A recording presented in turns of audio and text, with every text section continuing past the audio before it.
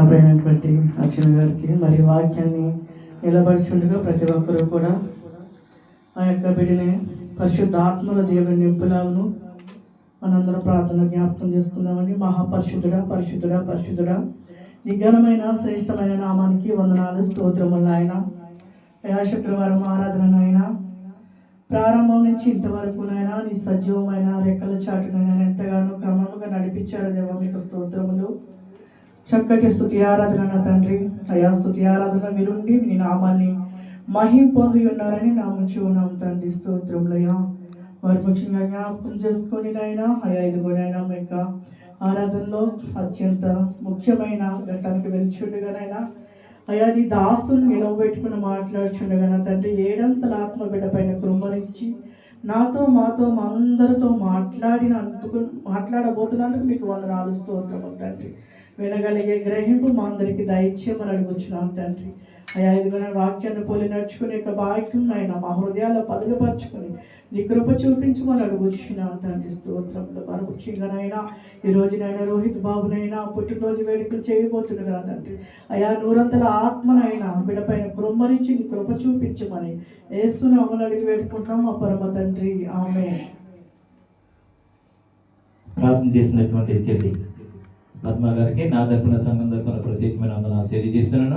మరి అర్జున్ బాబు గారు నిలబడి వాక్యం చెప్తారు. అందరం కూడా చప్పట్లు కొట్టి మరి ఆయన ఆహ్వానిస్తాం.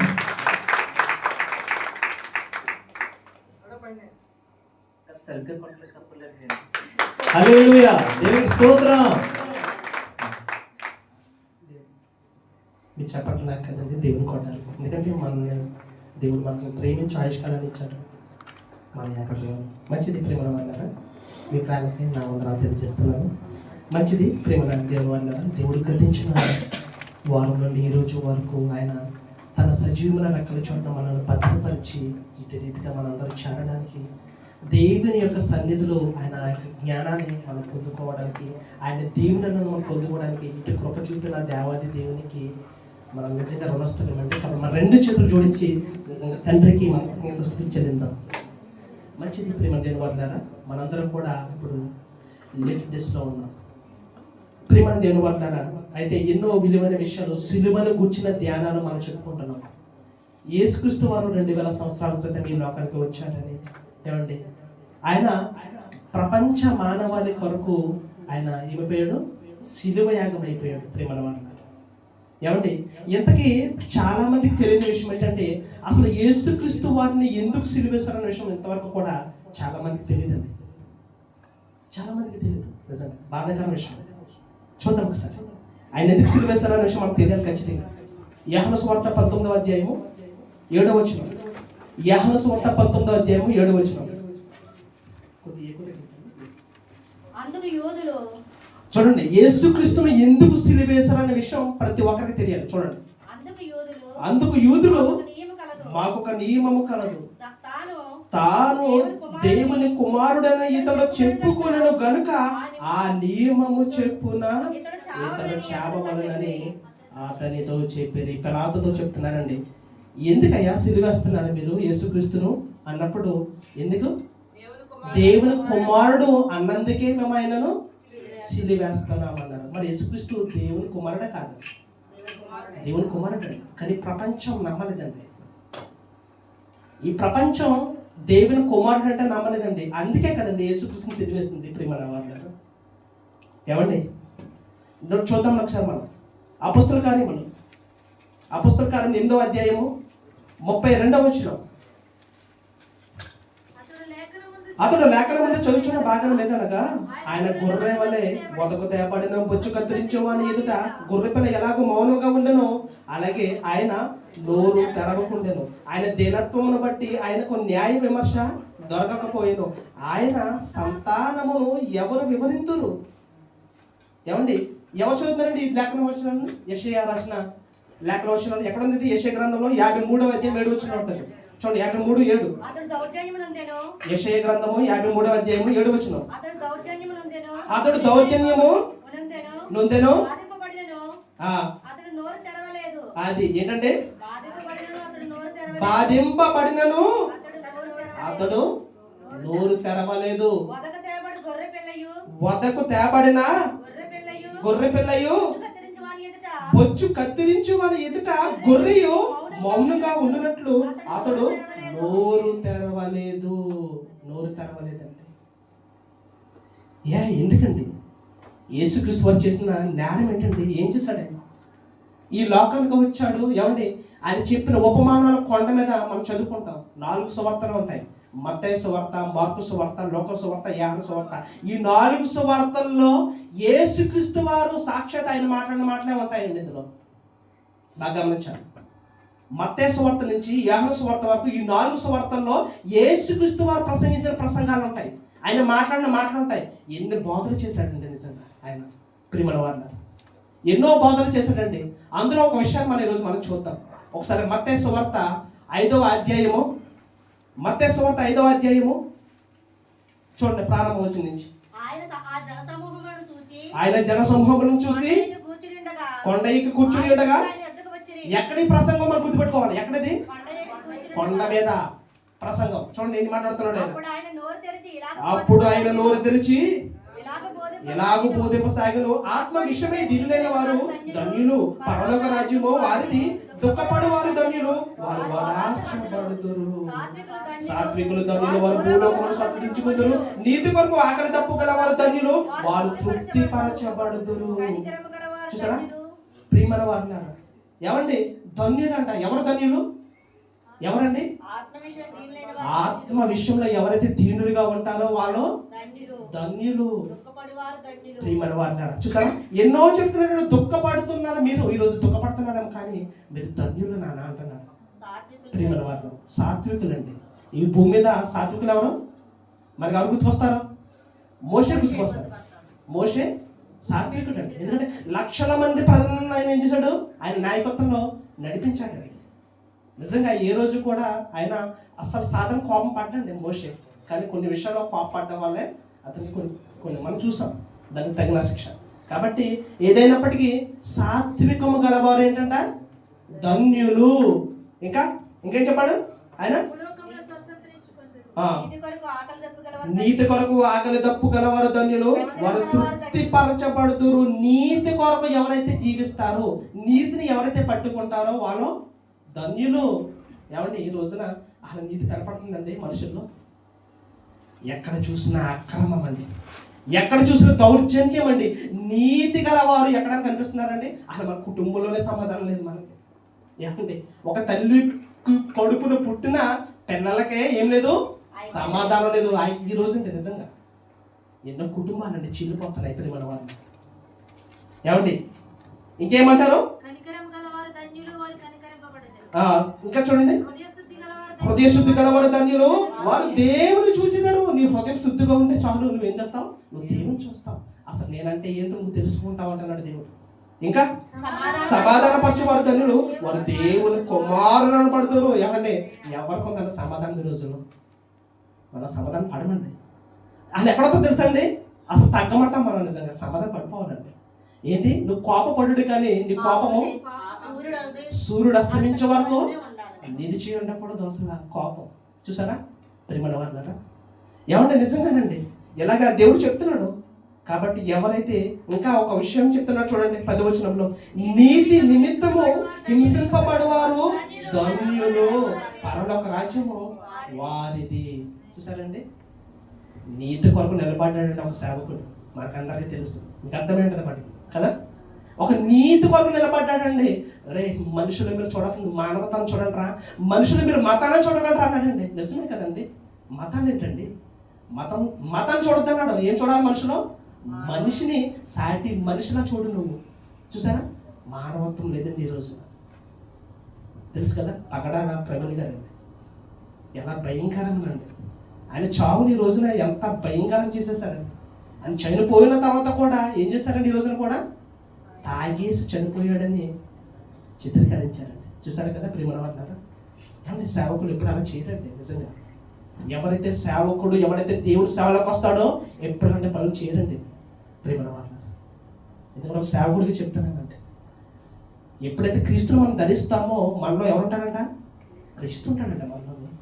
ప్రేమే ప్రియమైన వారులారా. ఏమంటే ఆయన ప్రేమ చూపించడండి. ఎన్నో నిజంగా ఈ రోజున వస్తున్నాయండి, ప్రతి వీడియోలో చూస్తున్నాం మనందరం కూడా. ఎన్నంటే నిజంగా ఏం చేశాడు ఆయన? నీతి కొరకు నిలబడ్డాడండి ఆయన. నీతిని పట్టుకున్నాడు. నీతి నిమిత్తము హింసింపబడు వారు ధన్యులు. ఎవరికంటే పరలోక రాజ్యము వారిదే. ఈరోజు హతసాక్షుడైపోయాడండి. హతసాక్షుడు ప్రేమల వాళ్ళారు. ఇంకా చూడండి 11వ వచనం. నా నిమిత్తము జనులు మిమ్మల్ని నిందించి హింసించి మీ మీద అబద్ధముగా చెడ్డ మాటలల్లా పలుకున్నప్పుడు మీరు ధన్యులే. చెడ్డ మాట పలుకుతున్నారా లేదా? అప్పుడు పలుకుతున్నారు కదండి, అంటున్నారు కదండి. నరం లేని నాలుగే ఏం చేస్తుందంట? ఎన్నైనా మాట్లాడుతుందండి. ప్రేమ చాలా దారుణంగా మాట్లాడుతున్నారు. అందుకే నా నిమిత్తము జనులు మిమ్మను నిందించి హింసించి మీ మీద అబద్ధముగా చెడ్డ మాటలు ఏ మాట్లాడాయి? అబద్ధాలండి, చెడ్డ మాటలు పలుకుతారంట. అలా పలుకున్నప్పుడల్లా మీరు ధన్యులు, సంతోషించి ఆనందించుడి, పరలోకమందు మీ ఫలము అధికమగును. చూసారా ప్రియమైన వాళ్ళారా? ఎవరి క్రీస్తు వారు చేసిన ఒక బోధ అండి, ఒకే ఒక్క మాట అండి నిజంగా మన భారతదేశానికి ఏం తీసుకొచ్చింది? స్వతంత్రాన్ని తీసుకొచ్చిందండి. 39వ వచనం ఉంటుంది మాట చూడండి ఒకసారి. 39వ వచనం ఉంటుంది, 5:39వ వచనంలో ఏమండి? నేను మీతో చెప్పునదేమనగా దుష్టిని ఎదిరింపక నిన్ను కుడి చెంప మీద కొట్టువాని వైపునకు ఎడమ చెంప కూడా త్రిప్పుము. ఇదండి క్రీస్తు నేర్పింది. ఎవరైతే నిన్ను కొట్టాలని చూస్తారో, నేను ఎవడైతే కుడి చెంప మీద నేను కొడతాడో వాడి వైపు ఏం చూపించమన్నాడో? నీ ఎడమ చెంప కూడా చూపించమన్నాడు అండి. చూసారా? ఇదండి ప్రేమ. నోరు తెరవలేదయ్యే ప్రేమ, బదులు పలకలేదు ఏ ప్రేమ. ప్రేమల వాళ్ళు ఎక్కడ చూసిన ప్రేమ అండి. ఏమన్నా నిజంగా ఒకరు మనం కొడితే మనం ఏం చేస్తామండి? మన మీద కొట్టకలేదండి, జస్ట్ ఆడేలాగా ఏదో కర్ర తిన్నాడా మనం ముందెత్తేస్తాం మనం కదా. ఇది మన కల్చర్ ఈరోజు కదా. మనం కొడతామో లేదో కూడా తెలియదండి మనకి, కానీ మనం మాత్రం ముందే వేస్తాం. వద్దండి ప్రేమల వల్ల. చూసారా? ఎవడైతే నేను కొట్టాలని చూస్తున్నాడో వాడికి ఎడం చెంప కూడా చూపించాలన్నాడు. ఇదండి నిజంగా ప్రేమ చూపించడం. ఇదే మాటను గాంధీ గారు తీసుకున్నారండి. అందుకే ఏమన్నాడు? హింసతో అయితే మనం ఏమి చేయలేం కాబట్టి ఏం చేయాలన్నాడు ఆయన? అహింసతోనే. చూసారా? అలా వెళ్ళాడండి. నిజంగానండి మహాత్ముడు రాసిన పుస్తకంలో ఉంటుందండి కదా. ఒక మాట మార్చేసిందండి. ఇలాగ ఎంతో మంది అండి వివేకానందని కూడా మార్చేసేయండి ఆయన మాటలు. నిజంగా కనుక నేను కనుక ఇంకా బ్రతుకుంటే ఆయన పాదాలను కడిగి నన్ను నెత్తి తీసుకున్నానండి. నీకు తెలుసు కదా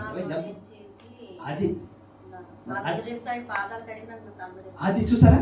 అదండి ఇలా ఎంతో మంది అండి ప్రపంచంలో ఉన్న ఎంతో మంది మనుషులను ఏం చేశాయండి? మహానుభావులను చేశాయి క్రీస్తులోని మాటలు, బోధండి ప్రియమైన వాళ్ళ. కాబట్టి ఈ రోజున మహాత్ముడు అయ్యాడండి. గాంధీ గారు ఏమైనా మనకి మహాత్ముడు అయ్యాడు. ఒకే ఒక్క మాట తీసుకున్నాడండి ప్రియమైన వాళ్ళ. చూసారండి? హింసను ఏం చేశాడు? ఎదిరించలేదండి ప్రేమల వాళ్ళ. మనం ఎన్నో చదువుకుంటాం, ఉప్పు సత్యాగ్రహం మనం చదువుకున్నాం, పుస్తకాలు ఎన్నో ఉంటాయి.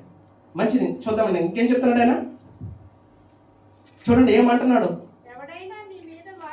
ఎవడైనా నీ మీద వ్యాజ్యము వేసి నీ అంగి తీసుకొన గోరిన ఎడల వానికి నీ పై వస్త్రము కూడా ఇచ్చివేయము. ఒకడు 1 మైలు దూరం రమ్మని బలవంతం చేసిన ఎడల వానితో కూడా 2 మైలు వెళ్ళము. చూసారా? ఎలా చెప్తున్నాడండి? ఇదే కదండి మన క్రీస్తు మనకు నేర్పింది. ఇంకేం చెప్పాడండి ఆయన? నిన్ను అడుగువానికి నేను అప్పు గోరువాని నుండి నీ ముఖము త్రిప్పుకొనవద్దు. ఎవరైనా అడిగితే కనుక నువ్వు ఇచ్చేయి, కానీ నీ ముఖాన్ని మాత్రం చాటేయొద్దు అన్నాడండి క్రీస్తు. ప్రేమల వారు క్రీస్తులోని ఎన్నో మాటలండి ప్రపంచాన్ని మార్చేసాయండి ప్రేమల వారు. ఎవరిని ఇంకో మాట చెప్తారు చూడండి ఒకసారి. 43వ వచనం. నీ పొరుగువారిని ప్రేమించి నీ శత్రువును ద్వేషించమని చెప్పబడిన మాట మీరు విన్నారా కదా. పాత నిబంధనతో కూడా ఇదే ఉంటుందండి. ఆనాడు ఇశ్రాయేలుకు యెహోవా దేవుడు ఇదే చెప్పింది, ఇదే. కానీ ఇప్పుడు అది ఈ మాట మీరు విన్నారు కదా. నేను చెప్పింది ఏంటంటే చూడండి, నేను మీతో చెప్పినది ఏమనగా మీరు పరలోకమందున మీ తండ్రికి కుమారులై ఉండునట్లు మీ శత్రువులను ప్రేమించుడి. ఏం చేయాలట? శత్రువులను కూడా ప్రేమించమన్నదండి ప్రేమ. ఆ ప్రేమే కదండి ఈ రోజున ప్రేమల వల్ల మనం చెప్పుకుంటున్నాం. దేవుడు ప్రేమ అయి ఉన్నాడు ప్రేమను. ఆ ప్రేమతోనేనండి. ఏమండి సిలువకు వెళ్ళేటప్పుడు అని చెప్పిన మాటలు అండి ఎన్నోనండి, ఎన్నో. ఇంకా చెప్పాడు, ఇది చూద్దాం, ఇంకేమన్నాడు, శత్రువులను ప్రేమించమన్నాడు. ఇంకా ఎవరైతే మిమ్మల్ని హింసిస్తారో వారి కొరకు మీరు ప్రార్థన చేయండి. ప్రార్థన ఇదేనండి. కానీ మనం ఏం చేస్తాం, బూతులు మాట్లాడతాం మనం కదా, సన్నుకుంటాం. ఏమండి ఒక విషయం కింద గుర్తుపెట్టుకోండి, దయచేసి సరుగులు మాత్రం సనకండి మీరు. నిజంగానండి, అనుభవంతో చెప్తానండి, సన్నుగులతో మాత్రం దయచేసి సనకండి మీరు. ఎందుకంటే దేవునికి ఇష్టం లేదండి అది ఎప్పుడు కూడా, తెలుసా అండి. నిజంగా నీ తల్లి వాళ్ళు అతని కూతురు ఎవరైనా సరే నువ్వు ఎవరి మీద సనుకున్నావా నువ్వు ఖచ్చితంగా తిరుపులోకి వెళ్ళిపోతావు. ఇది ఖచ్చితంగా అండి, దేవునికి ఇష్టం ఉంటుందండి సనుకోవడం. తెలుసు కదా, చాలా మంది ఏం చేస్తారు, సనుగుతూ ఉంటారండి. ఏమండి సనుగులు. కాబట్టి దయచేసి అది దేవునికి ఇష్టం ఉండదు, ఎంత మాత్రం ఇష్టం ఉండదు. కాబట్టి దేవుని వాక్యాన్ని బట్టి చెప్పేది ఏంటంటే, ఎప్పుడు కూడా పొరపాటున కూడా మీరు ఒకరి మీద సనుక్కోకండి, వద్దండి. ప్రేమ వల్ల చూద్దామండి, మన సిద్ధి దానిలోకి మనం వెళ్దాం. మత్తయి సువార్త చూడండి, ఆయన ఎంత బాధండి, ఎంత బాధ పెట్టారండి ఆయన్ని ప్రేమల వల్ల. మత్తయి సువార్త 27వ అధ్యాయం. ఉదయమైనప్పుడు ప్రధాన యాజకులను ప్రజల పెద్దలందరూ యేసును చంపించుకోవాలని ఆయనకు ఆయన బంధించి తీసుకుని పోయి అధిపతి పొంది పిలాతుకు అప్పగించారు. అది పిలాతుకు అప్పగించేసారని తీసుకెళ్ళి అప్పుడు ఆయన అప్పగించిన యోధ ఆయనకు శిక్ష విధింపబడడం చూసి పశ్చాత్తాపపడి ఆ 30 వెండి నాణెములు ఏం చేశాడంటే తీసుకెళ్ళి ఏం చేశాడు, ఆ ప్రధాన యాజకుల యొద్దకి పెద్దల యొద్దకు తీసుకెళ్ళి ఏం చేస్తాడు, పరహేస్తాడండి.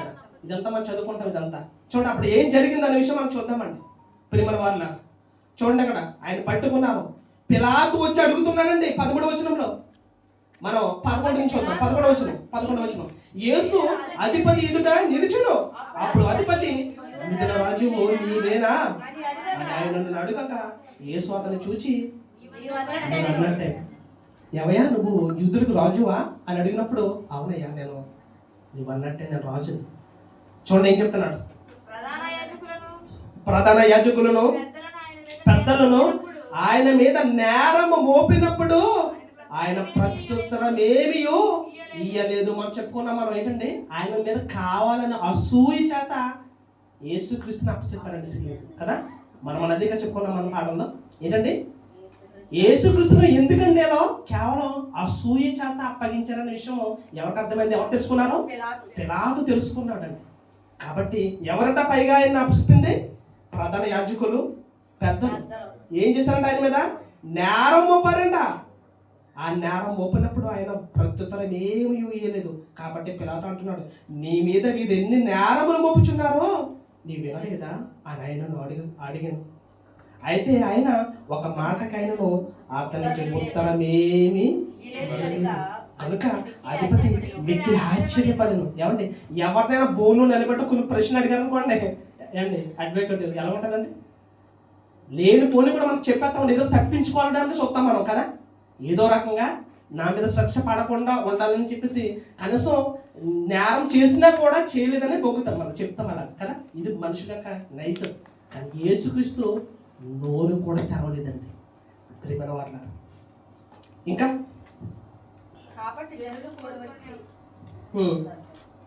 చూడండి 15వ వచనం. జనులు కోరుకున్న యొక్క ఖైదీని పండుగలు విడుదల చేయట అధిపతికి వాడుక. ఆ కాలమందు బరబ్బను ప్రసిద్ధుడైన యొక్క ఖైదీ చెరసాలలో ఉండేను. కాబట్టి జనులు కూడి వచ్చినప్పుడు పిలాతు అంటున్నాడు, నేను ఎవ్వరిని విడుదల చేయనని మీరు కోరుచున్నారు, బరబ్బనా లేక క్రీస్తునబడిన యేసునా అని వారిని అడిగాను. అనగా వారు అసూయ చేత ఆయనను అప్పగించిరని అతడు ఎరిగి ఉండెను. ఎందుకు చెప్పారంట ఆయన్ని, అసూయ చేత. ఏమండి ఈరోజు అసూయ చేతనండి ఎంతమంది పోస్టులు పెడుతున్నారండి తెలుసా అండి క్రైస్తవం మీద. ఒక్క పాస్టర్ గాని కాదండి, యావత్ క్రైస్తవుని అంటున్నారండి తెలుసా మీకు. కాబట్టి ప్రపంచ క్రైస్తవులా మనందరూ ఏమాలి, ప్రేమలో ఏకమైపోవాలండి, మనం ఐక్యత కలిగి ఉండాలి. ఏమండి మాకు న్యాయం కావాలంటున్నారండి. అంటే న్యాయం అంటే ఏంటో తెలుసా మీకు, అంటే ఎవరైతే దీన్ని చంపారని అని చంపేది అంటారు, కానీ చంపడం కాదండి. కొంతమంది ఇలాగే పెడుతున్నారు, కాదండి, క్షమించాలండి. నిజంగా ఆమె మాట్లాడిందండి, ఇంగ్లీష్లో మాట్లాడింది, చాలా మందికి తెలియదేమో. ఎందుకంటే ఆమె యూఎస్లో ఉంది కాబట్టి చాలా మందికి అర్థం కదా. యూఎస్లో ఉంటారండి మనం ఎప్పటి నుంచో కూడా. కాబట్టి వాళ్ళు ఇంగ్లీష్లో మాట్లాడతారు. పాపం చాలా మంది తెలియదు కదండి. ఏమండి ఏమంది? క్షమించేద్దామందండి. ఎందుకంటే యేసుక్రీస్తు మాకు అది నేర్పాడు. కాబట్టి మేము క్షమించేస్తున్నామందండి. కాబట్టి క్షమించే గుణాన్ని నేర్పాడండి యేసుక్రీస్తు ఈ లోకానికి. ఏం చేశారంటే ఆయన్ని కేవలం అసూయ చేత ఆయనను అప్పగించారు. ఈ విషయం పిల్లతో తెలుసుకున్నాడు. చూడప్పుడు ఏం జరిగిందో,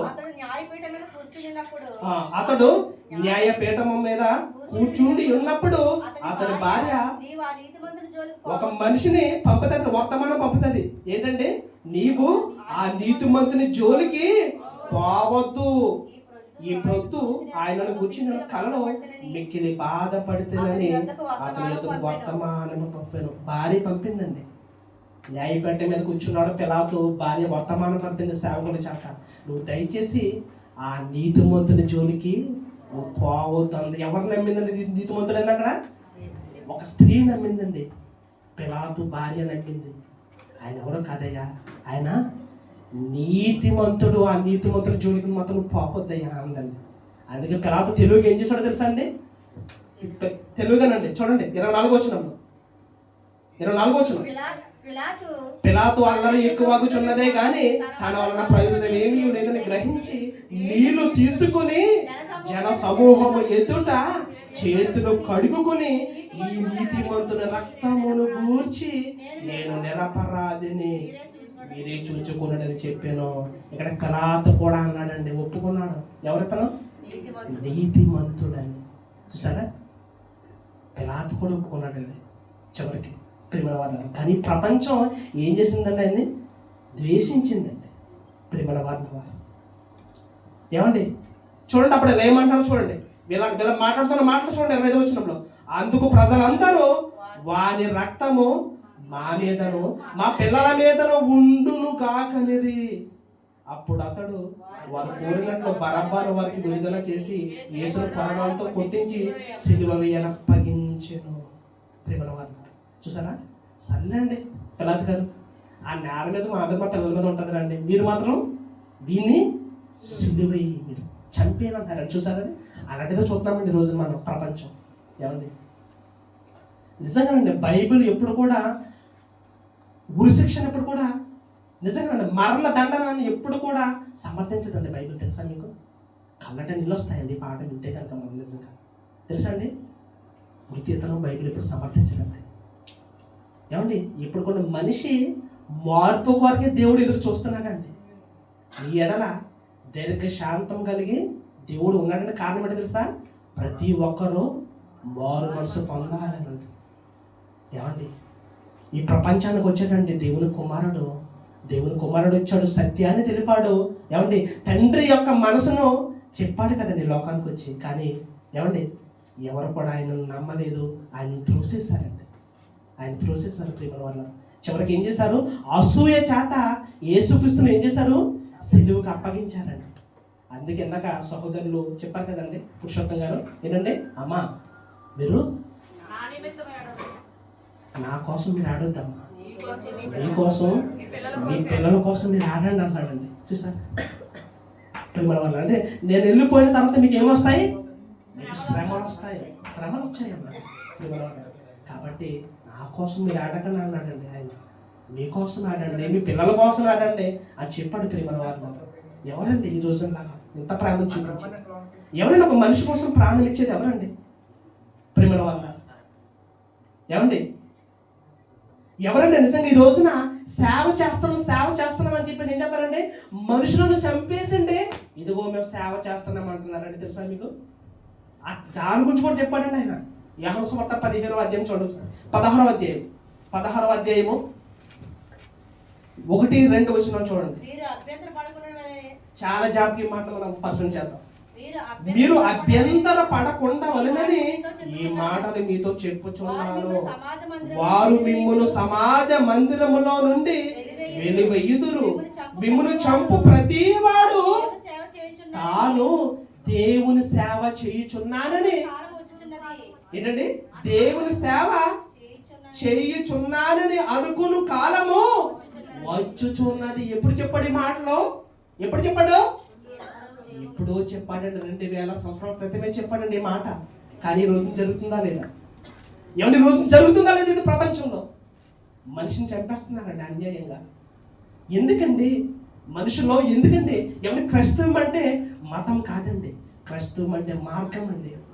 మార్గం నిన్ను పరలోకానికి తీసుకెళ్లేదండి క్రైస్తవం అంటే. చాలా మందికి తెలియదండి ప్రేమల వాళ్ళ.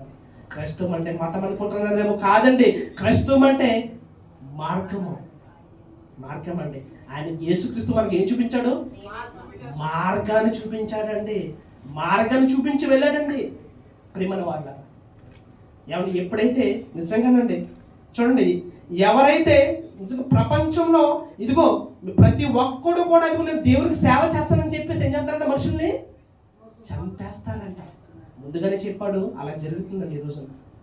ఏమండి, మిమ్మును చంపు ప్రతివాడు తాను దేవునికి సేవ చేయుచున్నానని అనుకున్న కాలము వచ్చుచున్నది. వస్తుందా? వచ్చిందా? వచ్చింది, జరుగుతుందా? ప్రియమైన వాళ్ళ, వద్దండి. మొదట మనం తెలుసుకోవాల్సింది, సనుగు మాత్రం దేవునికి మాత్రం ఎంత మాత్రం ఇష్టమో కాదు. కాబట్టి దయచేసి మనం ఎప్పుడు కూడా ఆ పని చేయొద్దండి. ప్రేమ కలిగి ఉండాలండి మనం. క్రీస్తు లోకానికి వచ్చాడు, ఎవడైతే నిన్ను కుడి చెంప మీద కొడతాడో వాడికి నువ్వు ఎడమ చెంప కూడా నువ్వు చూపి అన్నాడండి. ఇదండి ప్రేమ కదా ప్రేమల వాళ్ళ, ప్రేమ కదండి.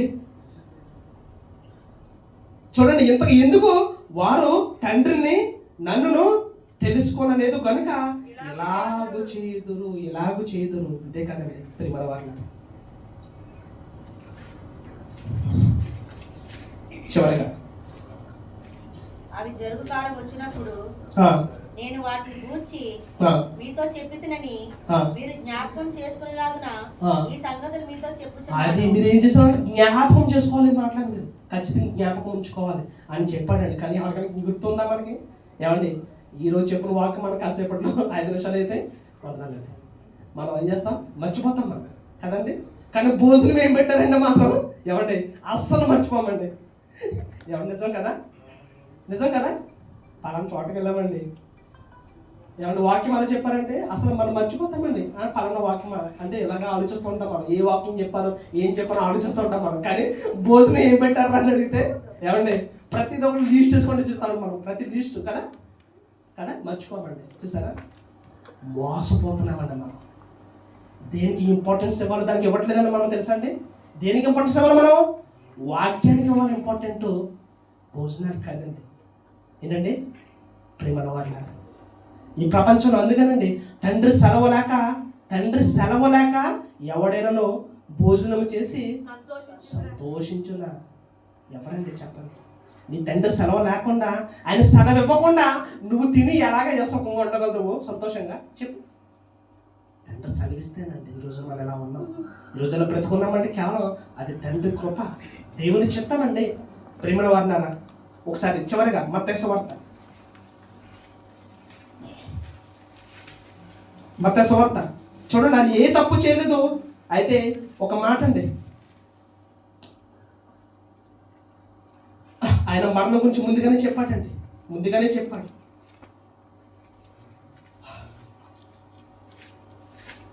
అందులో సిలువ వేయబడక మునుపు జరిగిన ఒక విషయాన్ని చూడండి. అది ఏం జరిగిందనే విషయం మనం చూద్దాం. మత్తయి సువార్త చివరిగా 27వ అధ్యాయము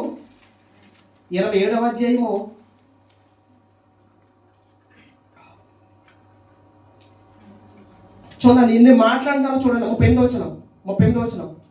మరియు కుడి వైపున ఒకడును ఎడమ వైపున ఒకడును ఇద్దరు బందిపోటు దొంగలు ఆయనతో కూడా సిలువ వేయబడేది. ఆ మార్గంలో వెలిచుండిన వారు తలలు ఊచుచు దేవాలయమును పడగొట్టి 3 దినములలో కట్టువాడా నిన్ను నీవే రక్షించుకొనుము, నీకు దేవుని కుమారుడు అయితే సిలువ మీద నుండి దిగుమని చెప్పుచు ఆయనను దూషించారండి. ఎందుకంటే ఆయన దేవాలయం అనే విషయం కోసం చెప్పాడు. కానీ దేవాలయం అంటే వీళ్ళు అనుకుంటున్న దేవాలయం కాదండి. దేనికోసం చెప్పాడు? ఆయన శరీరం కోసం చెప్పాడు. ఆయన శరీరం కోసం చెప్తాను. దేవాలయం అనుకున్నారు, ఎవరిని దూషించారు, ఎన్నో మాటలు. ఆయనతో పాటు సిలువ వేయబడిన ఇద్దరు దొంగలు కూడా దూషించారండి. కానీ చివరికి ఒక దొంగ మారిపోతాడండి, మారు మనసు పొందుతాడు. కారణం ఏంటి తెలుసా? ఇతను మాట్లాడే మాటలు, ఇతను ప్రవర్తన అండి ఏం చేస్తే ఒక మనిషిని మార్చేసాయండి. ఈ రోజు కూడా మనం మార్చేసేలాగా ఉండాలండి దేవుని మాటలు. నిజమండి, నేను ఇదే కోరుకుంటున్నాను. ప్రతి ఒక్కరు కూడా మారాలండి, క్రీస్తుల ప్రేమను చూపించాలి, ప్రేమను చాటుతాం మనం. యేసుక్రీస్తు లోకానికి వచ్చి ఏం చేశాడు? ఏమిచ్చాడు? ప్రాణం ఇచ్చాడండి, ప్రాణం పెట్టాడండి. కాబట్టి అటువంటి ప్రేమ కలిగి మనం ఉండాలి. చివరిగా యోహాను రాసిన పత్రిక 3వ అధ్యాయము, మొదటి పత్రిక 3వ అధ్యాయము 16వ వచనం. ఆయన మన నిమిత్తము తన ప్రాణము పెట్టెను కనుక దీని వలన ప్రేమ ఎట్టిదని తెలుసుకొనుచున్నాము. మనము కూడా సహోదరుల నిమిత్తము మన ప్రాణములను పెట్టబద్దులమై ఉన్నాము. ఇదేనండి క్రీస్తుని కోరుకుంటుంది. క్రీస్తు కోరుకున్నది, క్రీస్తు కళ్ళ కన్నది ఏంటి తెలుసా? ఇదేనండి. ఏమన్నాడు ఆయన? నేను మీకోసం ప్రాణం పెట్టాను కదరా, మీకోసం నేను ప్రాణం ఇచ్చాను కదా, మీరు కూడా ఏం చేయాలి? మీ సహోదరుల నిమిత్తం అవసరమైతే మీ ప్రాణాలే ఇచ్చారు అన్నాడండి క్రీస్తు. ఇదండి క్రీస్తు ప్రేమ, క్రీస్తు త్యాగం. కాబట్టి క్రీస్తులో మన కొరకు బలి అయిపోడు, ఈ లోకానికి వచ్చి మన కొరకు మరణించాడండి. మన కొరకు సిలువలో ఏం చేశాడు? ఆయన రక్తాన్ని కార్చాడు. మరి ఆయన మన కొరకు ఇంత భారాన్ని మోసాడు కదా, మన కోసం ఇంత శ్రమను అనుభవించాడు కాస్త మన కోసం. ఏమండి ఆయన ఏం చేశాడండి? ఆయన సిలువలో తన ప్రాణాన్ని ఇచ్చాడు. మరి అంటే ప్రాణం ఇచ్చిన దేవుడి కొరకు మనం ఏం చేయాలంట? ప్రేమ కలిగి ఉండాలి కదండి. మరి అలా ఉందామా ప్రేమల వల్ల? ప్రేమతత్వాన్ని చాటుదామండి. క్రైస్తవం అంటే ఏంటండి? క్రైస్తవ్యం అనేది ప్రేమతత్వం అండి. క్రైస్తవం అంటే మతం కాదండి, క్రైస్తవం అంటే మార్గం. మరి మార్గాన్ని మనం ప్రపంచానికి చాటి చెప్తాం. ఈ మాటల మీద మీ అందరినీ మన ప్రభు రక్షకుడిన యేసుక్రీస్తు వారి కృప మీకు అందరికీ తోడై ఉండును గాక. ఆమేన్.